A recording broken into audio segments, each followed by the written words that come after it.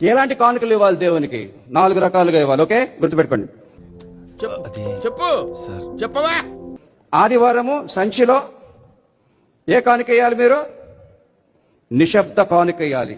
ఓహో, అంటే అనా కానీలు మనకూడదు, రూపాయలే పడాలా. రెండవది, ఇంట్లో గొప్ప కార్యం జరిగి పెళ్ళయింది, కానుక దేవాలా. బర్త్డే అయింది, కానుక దేవాలా. ఓకే,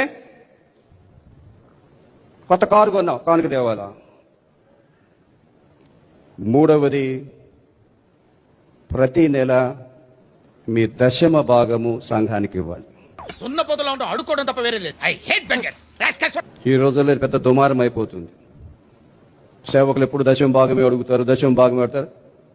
మేము తప్పకుండా అడుగుతాం. ఏదైనా పని పాట చేసుకుని బతకచ్చు కదా. అడ్డగాడిదలా పెరిగాడు, మళ్ళీ మేసాలు అడుక్కు తింటాం. ఆ దశమ భాగం దేవుంది. అది దేవుని సేవకు మీ పెట్టుబడి. ఆ పెట్టుబడిలో అనేక మంది ఆశీర్వదించబడితే తిరిగి యేసు ప్రభు మిమ్మల్ని ఎన్నో రెట్లు ఆశీర్వదిస్తారు. మోసం చేశాను రా, ఇలాంటి మోసం ఎప్పుడు